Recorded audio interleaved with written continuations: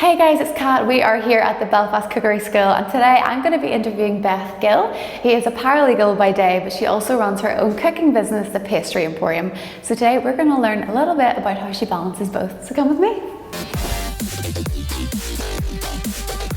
We are here at the third of our Boost Hustle Hub events and we are at Belfast Cookery School and I'm here with Beth. Beth is a paralegal by day, but she's also recently started her own baking business because you're so super talented at baking. You've finally taken it into a business. So Beth, tell us a bit about you. How did you get into law? And you did your degree obviously over in Durham. Yeah, I did my degree back in, I graduated, feels like a lifetime, 2016. And then as soon as I finished that, I went working for A&O in Belfast and then hopefully in the near future moving down to Dublin to start a training contract. So like so many others this year, Beth, your career sort of took an unexpected turn. Can you tell us sort of what happened? Because I know you were due to move down to Dublin in March to start off on your training contract. So tell us what happened. Yeah, all just went a bit tits up coming pandemic time. So I was supposed to move down in, I think, March, May time. But that was postponed for, well, they said 2 years. I think it's only, 1 year, fingers crossed. So I left my job at probably the worst time possible back in February to finish off some exams, and then I was left with no job with an uncertain start date, and I was actually unemployed for 8 months. So baking just brought me back together. But we, like you are such a fantastic baker, and so just for a bit of background knowledge, Beth actually goes out with my brother, God love her, but we said to you all the time that you should really look into starting your own baking company because you're so talented, you know, you've such a flair for it naturally. So this year just provided you really with the time to yeah, I had take a lot that. of that. Like I was bored out of my tree for a lot of lockdown, and like I've always enjoyed baking, but like whenever you're working full time, it's a lot more difficult to motivate yourself. But I just thought, I think it's not even that I have a natural flair, I just love it enough that I'll keep trying even if it doesn't work out the first time.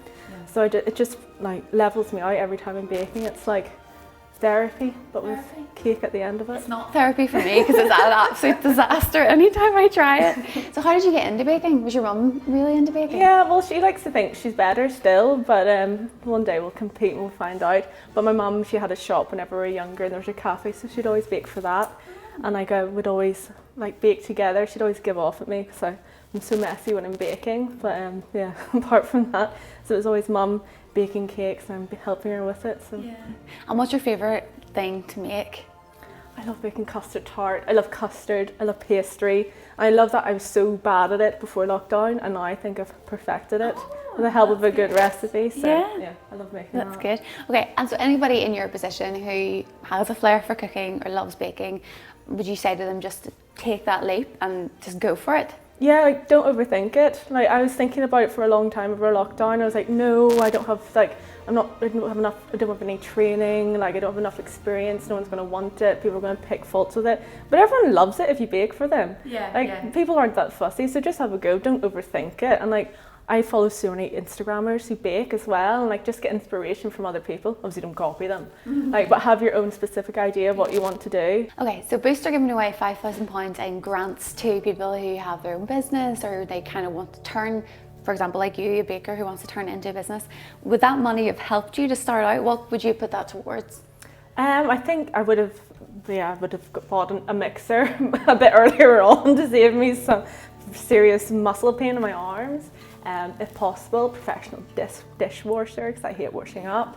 But it's things like boxes, like making it, yeah, like getting a logo to just so as everyone recognises you, like a stamp and just like things to make it your own so you're recognisable. I think that would be perfect for that. And speaking of, you've got your own logo pending. So tell us about it. What is it? It's supposed to, well, it's still pending. One of my brother's friends, he's very creative and he's helping me make, it's supposed to be like a little custard tart character, a little smile with his arms going, ah! The Pastry Emporium!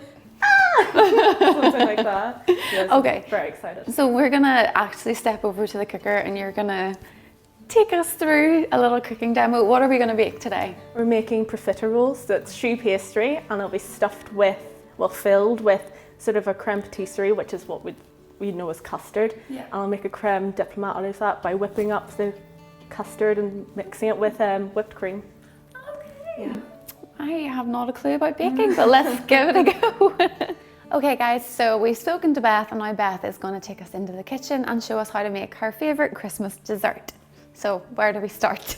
So I'm going to make profiteroles. So I think that's choux pastry stuffed with either, people put cream in. I love to make like a creme diplomat, which is like a creme patisserie or the custard mixed with some whipped cream, and then stack it all together and pour some like chocolate sauce over it. So everyone thinks choux pastry is really difficult, but it's like really not. Okay. It's just a bit different. Okay. Yeah.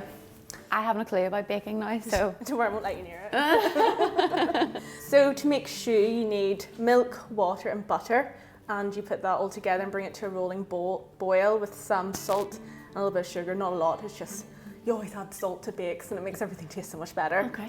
And then once you do that, you add in the flour. I use strong white bread flour because it just helps it rise a little bit more in the oven. Okay. And you add the flour once it's come to a rolling boil, and that's where it helps to cook the flour. Okay. You should never put raw flour into choux pastry. Then you pipe it in, buck it in the oven, and like half an hour or so later it comes out.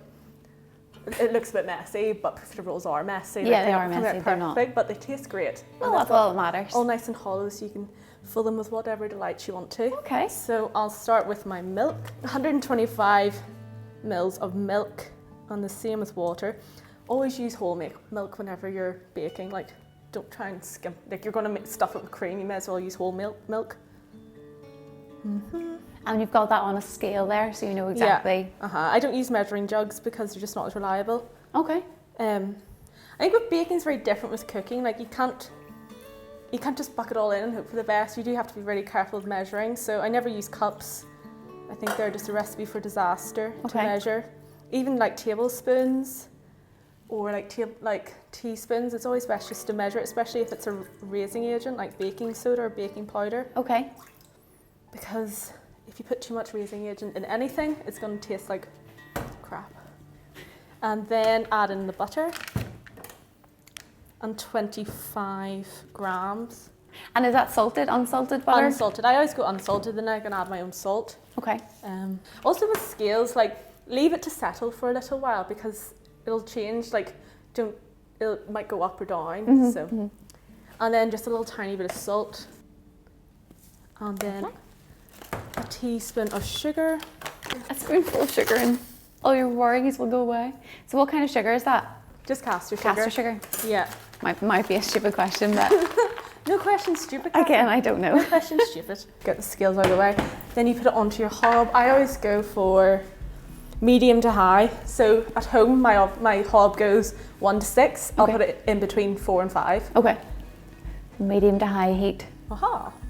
You don't need to stir or anything to begin with. Maybe just spread out the butter. But And then you just let it melt? let the butter melt. And once it starts bubbling, leave it for a bit longer. Maybe put the heat up a little bit. Okay. So it gets like a rolling boil. So it's like constantly bubbling rather than just like 1 or 2 bubbles. Oh, right, okay. Usually takes about, I'd say, if you're not sure, 5 to 10 minutes. So don't leave it on there for half No, an hour? because then the milk will overcook and you'll know that's bad because it smells bad. Okay. It's 130 grams. And then you add that in, as I said, once it's warm enough so the flour like cooks up. And whenever you add the flour, everyone's always a bit scared of choux pastry, and I think my mum put me off it whenever I was younger because we didn't have a KitchenAid or any stand mixer. She made us all do it with our arms. And it's hard work. Yeah, it is. So everyone thinks she gets put off choux pastry, but if you have like an electric whisk, Yeah, and like just this one? yeah, like this, or like even the handheld ones, which cost like £15 or something, and you just change from the whisks to the beaters, like the twirly things, then it should work as well. Okay. So there's just a lot of mixing, but it really is a lot simpler than everyone thinks. So don't be afraid of choux pastry, basically. No, it's really fun and Okay. really versatile. Like, I think that's what churros are made of, or churros Yeah. are made of. And then beignets are the same, so those are both, I love they're beignets. so good, yeah. And so if you want to do the filling, which is creme diplomat, which is creme patisserie mixed with like whipped double cream. Always use double cream rather than whipping cream. I don't know why, it's just something my mum told me. Okay, so double cream. Throw it in and just start whisking. All of it? Yeah. Can this go wrong? No. Okay. No. The only thing that can go wrong is your arm's going to get tired. Okay, that's all right. But This will be my workout for today. yeah, get you ready for those profiteroles. Get you hungry. I'm gonna work for them. Yeah. Okay, so that's my double cream. And just start whipping. Like how fast? So they always say it's in the wrist, so go like this, so quite fast. It's quite a lot Like of work. this? So grab, Like this? I'll show you. So yeah, grab the whisk like this and go like this. Like this? So get a good grip of it. Yeah. Well, just whatever way is comfortable, to be honest. Like it's whipping cream. It's just. I'm not a natural at this. No one's a natural. It just comes with practice. Oh, this is hard. Ooh. I know you've got a long way to go, Catherine. Oh, no, actually. Yeah. But you're whipping air into it, so stirring doesn't whip air. So you need to get a good. Okay. Or even use your elbow, whatever. Like, I'm not gonna be snobby about I'm splashing it everywhere though as well. It's fine. Is that okay? Yeah, I'm sure it'll get there in the end, Catherine. Just might take a while. So I'm going to add in some eggs. So I think that's probably the scariest thing about shoes, knowing how much egg to put in, because it's really like all eggs are different sizes, different shapes. So usually you want about, I think it's about 5 eggs, about 200 to 250 grams. And if you just keep them in a separate, like a measuring jug or something, until you're ready to add them to the shoe. Which I'm so unprofessional at breaking eggs. Well, we've discovered that I am absolutely useless at whisking, so. I actually have never met anyone who's so reluctant to hold a whisk. We all have our strengths. I didn't know there was a particular way to hold a whisk. I think it's just holding it generally. So I'm adding, it's usually about 5 eggs you add to this. And then you beat them up a little bit with a fork. Doesn't need to be bubbly or anything, just whisk them with a fork. And then once we've mixed the flour into the shoe, you leave it to cool for about 10 minutes or so, just until it's a bit more room temperature, and then you add in the eggs. So I'm gonna whack up the heat in this little tiny bit. And the butter's all melted, so it goes to its rolling boil. So that's something about the filling. So you're mixing that cream with a creme patisserie. So whenever you're making creme patisserie, it's like a thick custard. Okay. So whenever I made that last night because it takes about a good while to set. So whenever you're doing that, you never want the milk to boil. So yeah, whenever you're making that, when it gets to about this stage, maybe a bit earlier, that's when you add it to the egg yolks. Okay. But for this, we need to keep going. I feel like I'm doing quite a good job Yeah, here. you're doing a really good job. Thanks. You can see the bubbles starting to go. So once it's like that for a little while, leave it for like a minute or so. Yeah, that's it. If you leave it there. And I'm going to add this flour now. It's hard work. Yeah, I'll add the flour. Add it all in one go. Don't sieve it. No one's got time for sieving. Unless it's like an egg white sponge or something. And then this is the first big mix you do. So I take it off the heat. Oh, I'm so messy. Take it off the heat to begin with so it doesn't overcook. And you just mix until it comes together. And you know it's cooked enough because there's like a film at the bottom of the saucepan sort of. It's difficult to describe unless you're looking at it. Yeah, it sort of like coats the bottom of the saucepan but comes together. And you literally just mix that until it's the same sort of. Yeah, give it a good mix. Bottom of the pan. Oh yeah, okay. So that's how you know it's starting to cook a bit better. Oh god, it's tiny. It's quite laborious, isn't it? That's the flour all cooked with the milk. This is going to sound really stupid. I didn't know that you could cook flour. It's just so it's not raw, I think. It's not that it's cooked, but it's just not raw. Okay. Yeah. And then I always put it into a bowl to let it cool for a little bit, just so whenever you add the eggs, they don't. This isn't the most attractive thing to say whenever it's sort of like a bit. It does get better. But yeah, I leave it in the bowl because it's cold and you want it to get to like, you don't need to leave it to room temperature, but maybe like 10 minutes so that whenever you add the eggs, they don't scramble. Right, okay. So that is cooled down. Yes. And now what? So we're going to add the eggs into this very slowly though, because as I said before, no egg is the same size, and if you add too much liquid, it just doesn't pipe right. So whenever by the end of it, the shoe pastry should be glossy, dropping consistency, but only just dropping consistency. Otherwise, when you pipe it, it's just a big sludge. Okay. It probably tastes good still, but it doesn't look quite so nice and probably a lot more difficult to fill something flat. So I'm gonna pop it into the KitchenAid and add these lightly beaten eggs. Just add these very, very slowly. So have it on the slowest and just add a little bit of egg at a time and let it mix in. It looks really minging at this stage, but when you get to the end of it, it's so worth it. It's okay. That's like all baking, like nothing really looks that nice. Until the very When end. it's a work in progress, yeah, you need you need to have patience. So yeah, it's not the most attractive. So it looks a bit like, it's scrambled a bit, but it's not. Just have faith it'll come together. Just add it in slowly. Your best to be more, like add a little bit than too much. Too much. You can't take it out. You You have to be more. patient. It's like flavours. You can't add too much flavour. You can't take flavour out once you've added it. See what consistency. So whenever you lift it up, it just drops off like this. So I think this is about right now. Perfect. The moment of truth, the dropping truth. Ah, how Ta-da! beautiful. It's like art. Art. Yeah, a delicious art. So that's our pastry ready. So then we just need to add this into the piping bags. Okay. So you have one, so you can have a go to piping. This is not, if anyone has a way to add this into the piping bag clean and easy, please tell me, because I still don't know. I just use a spoon. So whilst I'm doing this, if you want to brush the greaseproof paper with some water, there's a pastry brush there. It helps the choux pastry rise a bit better. I can't really do this wrong. No, you can't. You sure? Find a way if you could. This is so messy, but what is baking if it's not messy? That was quite well done. Well done. Yeah. Is that enough? Perfect. Yeah. It's not a science that, but that. Yep. So. See what I mean? It's not easy. It's best to get it all in one go as well. So you have to try and top it up. The bag sticks to itself. It's just even worse. I always use reusable ones as well because Good for the environment. it's just massively wasteful using plastic ones. I think whenever you're piping it, I always make this mistake if I haven't made choux in a while. Whenever I pipe it, I press down too much. But you need to have like light hands, just a medium sort of weight piping it. And then just don't press down into the pastry.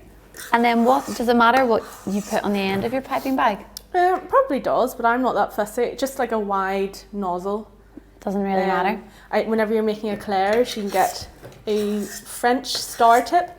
So it's like an open star. Yeah. Because eclairs, like, they're impossible to pipe and bake without them splitting. If you don't have the star nozzle, it just looks a lot neater that way. Oh, right, okay. I think I've given you more, so Okay, well. practice. And also don't forget, whenever you bake choux, it puffs up. Okay. So you need to leave enough space between Between them, so they don't all stick together. Yeah. Okay. It's good we could just have one giant profiterole. I think that'd be quite nice. Okay, I'm actually going to go and tie my hair up just while we're in the kitchen. Good, you never want to find a rogue hair. I love a piping bag. It just feels so like, I don't know. It feels comfy. warm. It's really warm. And it's warm, the pastry's warm. So, So, time to pipe. pastry bag's ready. Oh Good. yeah, good idea. Roll up the sleeves. Pastry bags out there, right? This is when you're getting serious. So if you want to watch me first. Okay. So it's always best, whenever you're using a piping bag, like you've got a coupler on it. Okay. And that's just handy. It just means whenever you're icing or something, you can change between nozzles without changing the whole bag. Okay. So again, it's just sort of, profiteroles don't need to be perfect. Okay. So just sort of don't press down, hold it down and just lift up to about this size, maybe a bit bigger than that. So just remember, don't press into the pastry. That's like a wee snowman. Do you know what? And after, Oh no! It that's fell okay. over. We can fix it afterwards if you just get a bit of water on your fingertip and just Okay. fix them. So, and then just do a few of them. You'll get better as you go along. Just remember to spread them out. Will I though? You will. After you've done about 100 or so. Oh, I just am not a natural at this, Beth. No one's a natural. It's all practice. I swear I've done about 70 different batches of shoe and I'm still not perfect at it. One day. Perfection's a mystery. No, yours like mine keep falling over. So whenever you lift it up, so if you stop squeezing and then just lift. Okay. There you go. Oh yeah, that makes sense. Yeah. Okay. And lift. And then the little nipples on them, we can just smush them down with some water afterwards. My first one looks really sad. It doesn't, it's like pancakes, isn't there? It's like the first one's always rubbish. Well, not rubbish, it's a bit ugly. This is quite fun, the Isn't piping it bag. so therapeutic? Yeah. I think icing is one of the most therapeutic things. And how long do these take to bake? So I put them in at 200 degrees fan for the first 17 minutes or so, and then I'll turn it down to 180 and cook it for another 15 minutes. Okay. It takes longer than you think it would, but that's Yeah. just, you want the inside to be completely dry, because if you take it out and it's not fully cooked, it will just deflate. Oven. Wow, yours are actual perfection. This is after 70 batches or so of practice, so I think yours look good. Take the left oven. Yep.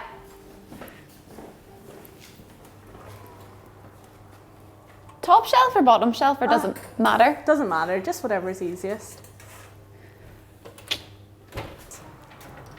Oh, there you go. And leaves us for 15 minutes? 15 minutes, 17 minutes actually, just to be safe. And then we'll turn it down to 180 degrees and then another 15 minutes or so. Perfect. Great. Okay, so profiteroles are in the oven. What's next? So we're going to make the sauce here over the top, Okay. and you're going to make the filling. Okay. So last night I made the creme patisserie. So whenever you make any sort of custard like this, to stop it getting a skin on it, as soon as you put it into whatever container it's setting in, put some cream filling over the top. And then so if you just peel that off now and add it into your bowl. It is not of the most, it tastes amazing. So this goes into the cream? It goes into the mixing bowl. Into the mixing bowl? Okay. Yeah, the consistency is a lot to be desired of. It's a bit gelatinous, but it tastes really good. So that's why you whisk it up, get some air in it.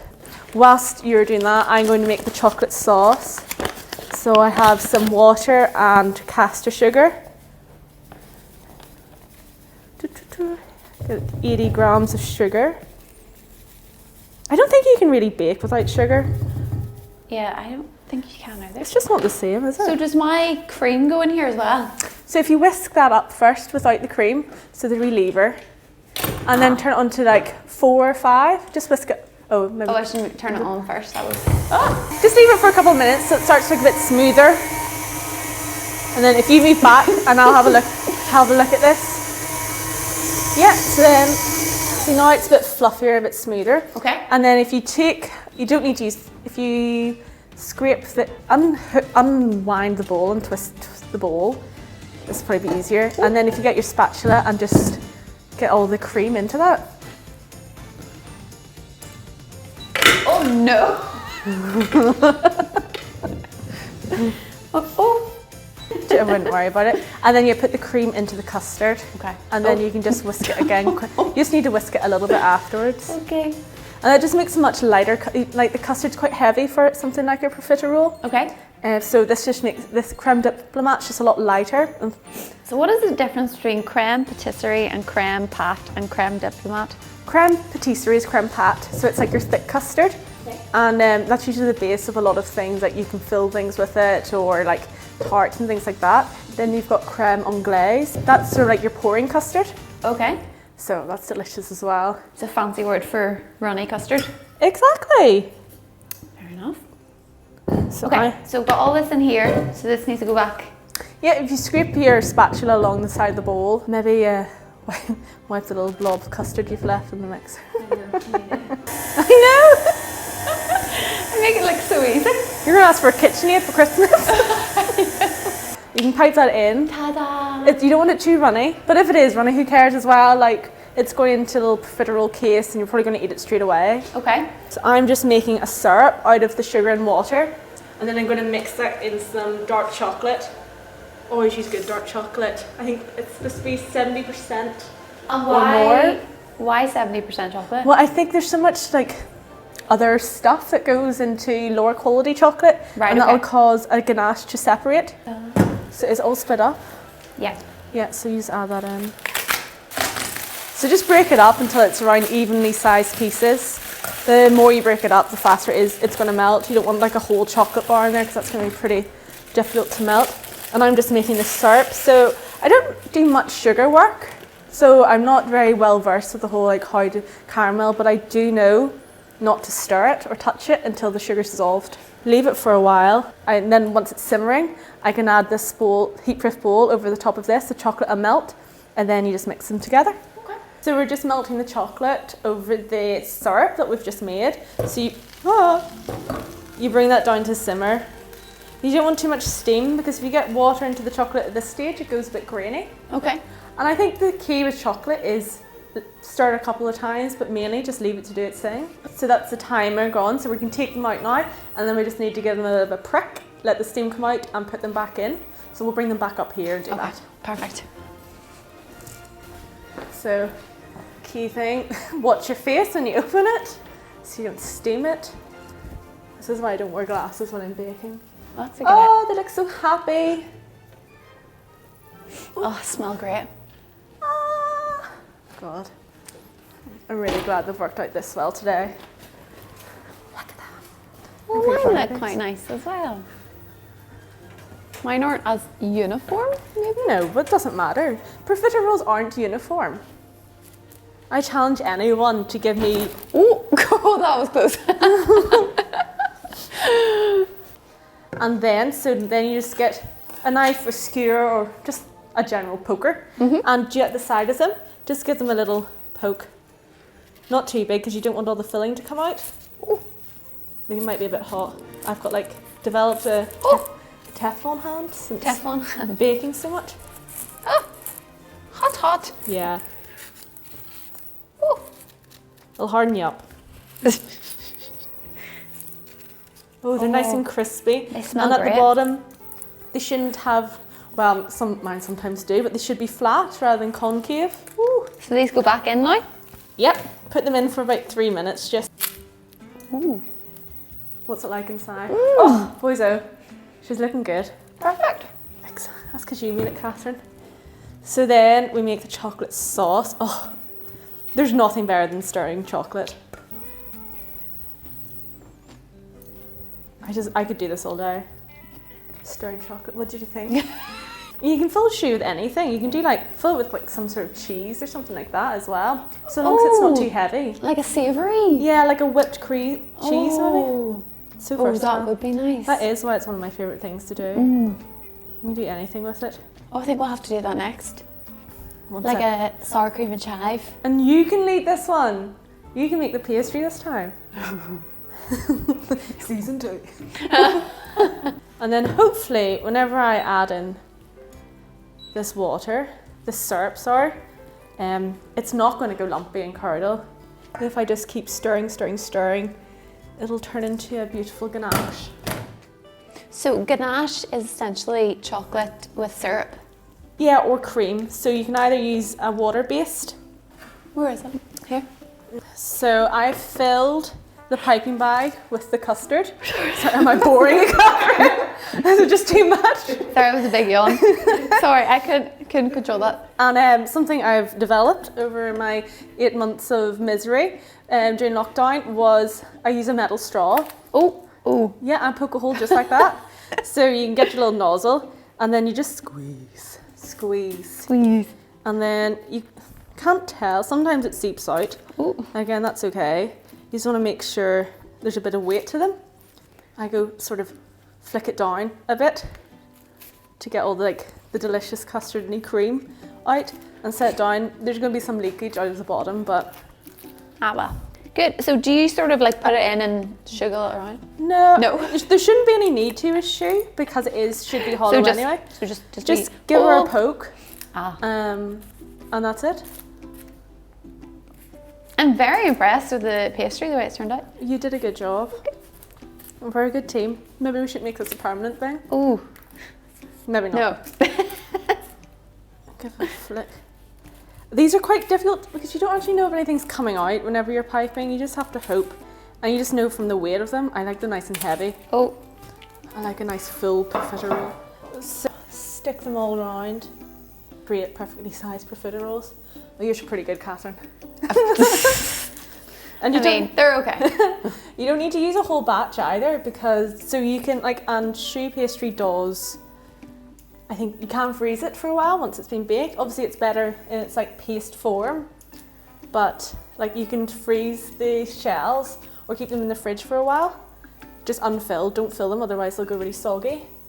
So just keep them like this, unfilled, hollow shells, and whenever you're ready to use them, you can just like refresh them in the oven. So just put them at a low temperature for a little while and they come out looking delicious. Fab. If you want to do the honours. Oh no, Beth, you do it. Okay. Don't trust myself. So a delicious chocolate sauce that may or may not have had to be made. Again? Yeah. Take two. Off camera. Yep. So you just drizzle the chocolate sauce all over the place. Wow. I don't think you can go wrong with how much you put on this. Especially you're going to be eating this in the same day, otherwise it's going to go soggy. Oh wow, gosh. There's really nothing that looks better than chocolate sauce being drizzled. Wow. What do you think? Should I add some more on? That looks great. I'll put one more drizzle. Oh, so artistic. What do you think? Perfection. Okay guys, that is a wrap on Boost Healthy Hubs number 3 with Beth. And Beth, thank you so much for taking us through profiteroles. And if you had one bit of advice for somebody that wanted to sort of follow their dreams or follow a passion of theirs, what would it be? I think just do something you love, because then it doesn't matter if it doesn't go right the first time. You'll be willing to do it over and over again until you get it right, and you have to enjoy it. Well guys, if you want to learn more and see this recipe in full, go to choosenowi.com. And thanks very much, Beth. Oh, thank you. It's been great fun. Cheers. Cheers. Thanks very much. So, shall we get stuck in? Oh, yes. Do you want to take the top one? Lovely. I don't want to ruin Oh, just get in there, Catherine.